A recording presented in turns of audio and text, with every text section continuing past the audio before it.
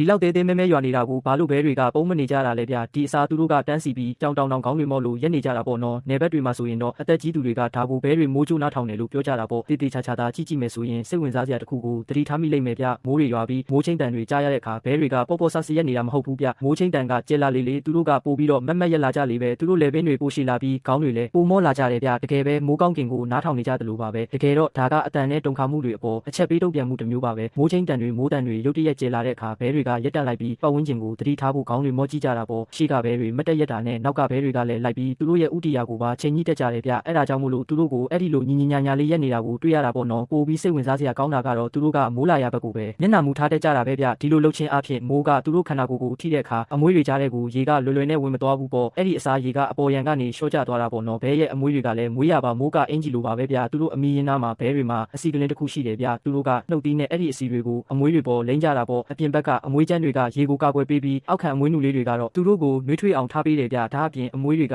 အလွှာလိုက်ထက်နေကြတာလည်းပါတယ်နော်အိမ်ခေါင်မိုးပြားတွေလိုမျိုးအလွှာလိုက်ပိတ်နေတာပေါ့နော်အဲ့ဒါကြောင့်မိုးရေတွေကအထဲကိုတန်းပြီးစိတ်ဝင်နိုင်ဖို့ခက်ခဲစေတာပေါ့အဲ့ဒါဆိုတော့ခမားတို့မြင်နေရတာကမိုးရေထဲမှာမိုက်မဲမဲရက်နေတဲ့ဘဲအုပ်ကြီးမဟုတ်ပါဘူးဒါကသူတို့မုံတိုင်းကိုရင်ဆိုင်ဖြည့်ရှင်းတဲ့ကိုပိုင်နီလန်းလေးဖြစ်တာပေါ့နော်